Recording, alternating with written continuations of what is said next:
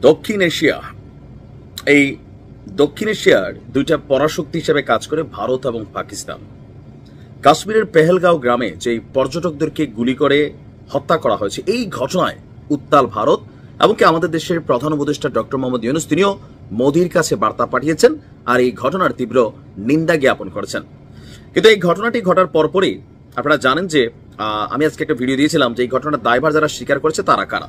তো সেখানে কয়েকজনের স্কেচ আঁকা হয়েছে এবং দাবি করা হচ্ছে এরা সবাই পাকিস্তানি।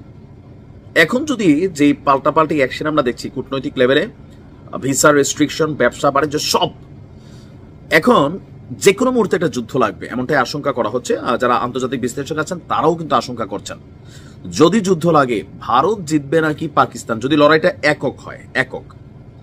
তো আমি একটু আপনাদেরকে পরিসংখ্যান দিচ্ছি আন্তর্জাতিক গণমাধ্যমের বরাত দিয়ে, যে টোটাল বক্তব্যটা আপনি শুনলেই বুঝবেন যে যুদ্ধটা যদি হয় তাহলে কে জিতবে।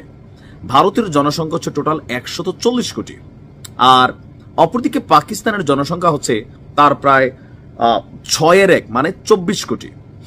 সামরিক দিক দিয়ে তুলনা করলে দেখা যায় ভারত পাকিস্তানের চেয়ে অনেকটা এগিয়ে। তো কি এগিয়ে দেখি।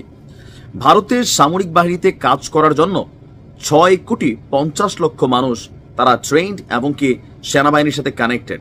অপরদিকে পাকিস্তানে এই সংখ্যা 1 কোটি। আপনার এখন যদি আমরা দেখি অর্থনৈতিক দিক দিয়েও আপনার ভারত সামরিক খাতে অনেক বেশি ব্যয় করে।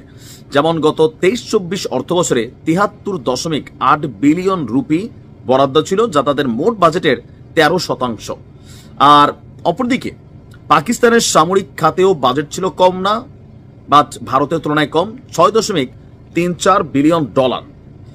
আচ্ছা, এরপর আমরা দেখি গ্লোবাল ফায়ার পাওয়ার ইন্ডেক্সের তথ্য অনুযায়ী ভারতের সেনাবাহিনীর সক্রিয় জনবলের সংখ্যা 14,40,000।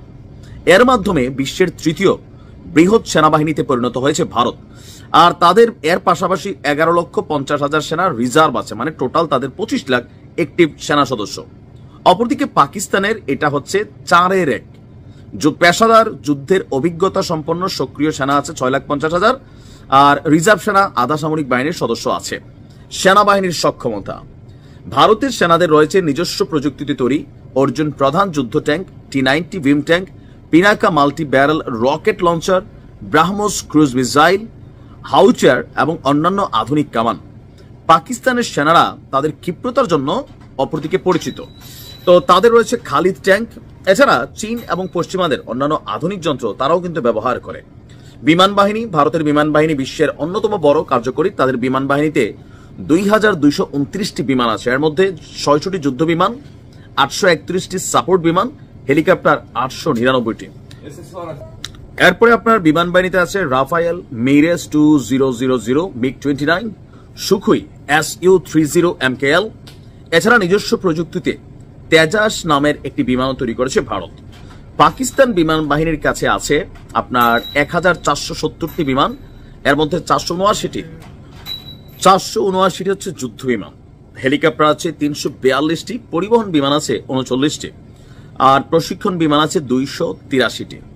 পাকিস্তান বিমান বাহিনীর কাছেও তাদের নিজস্ব এবং চীনা প্রযুক্তির জেফ থান্ডার, ফ্রান্সের তৈরি মিরাজ 5, মিরাজ 3, যুক্তরাষ্ট্রের তৈরি লর্ড-হিক F-16 ফাইটিং ফ্যালকন, চীনা F-7PG সহ অন্যান্য দেশের বিমান এবং হেলিকপ্টার। নৌবাহিনীতেও ভারতের নৌবাহিনী বেশ বড়, 130টিরও বেশি জাহাজ, বিমানবাহী রণতরী, ডেস্ট্রয়ার, সাবমেরিন।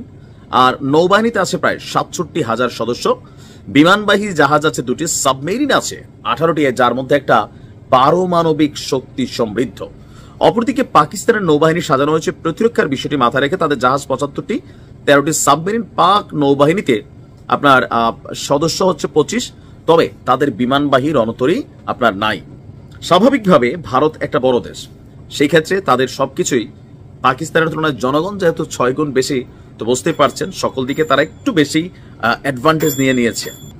প্রশ্ন হচ্ছে, তৃতীয় কোনো দেশের হস্তক্ষেপ ছাড়া যদি ভারত পাকিস্তান সরাসরি যুদ্ধ হয় তাহলে ভারত জিতবে, আর তৃতীয় কোনো দেশ কানেক্ট হলে কোনো দেশে জিতবে না, কারণ পৃথিবী দুইটা ভাগে বিভক্ত হয়ে যাবে। অলরেডি ইসরায়েল ভারতের পক্ষে যুদ্ধ লাগলে সাপোর্ট দিবে ঘোষণা দিয়ে দিয়েছে।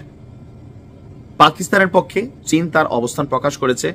এবার আমেরিকা কোন দিকে যাবে, ভারতের দিকে যাবে, মানে এখন এখান থেকে বিভাজন তৈরি হবে। আবার ভারতের সাথে রাশিয়ারও খুব ভালো সম্পর্ক। তবে এই যুদ্ধে বাংলাদেশও ক্ষতিগ্রস্ত হবে, কারণ বাংলাদেশের 3 দিকেই ভারত।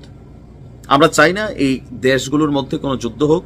আর আবেগে যারা আছেন যে ভাই এই যুদ্ধ লাগলে পাকিস্তান জিতবে, আপনি মানে দেখতে হবে সব। আর এই যুদ্ধ এই অঞ্চলের জন্য খুবই ভয়ঙ্কর একটা পরিণতি ডেকে আনবে। তবে পারমাণবিক ইস্যুতে দুই দেশই সক্ষমতা অর্জন করেছে, কেউ কেউ বলছেন। আবার কেউ বলছেন না, পাকিস্তানের কাছে আসলে পারমাণবিক কোনো মেশিনারিজ নাই। বাট কেউ কেউ বলছেন যে পাকিস্তানের কাছে পারমাণবিক মেশিনারিজ আছে, ভারতেরও আছে। সুতরাং এই কারণে ভারত পাকিস্তানকে বহুবার আক্রমণের চিন্তা করেও পিছিয়ে এসেছে। ভালো থাকুন, আসসালামু আলাইকুম।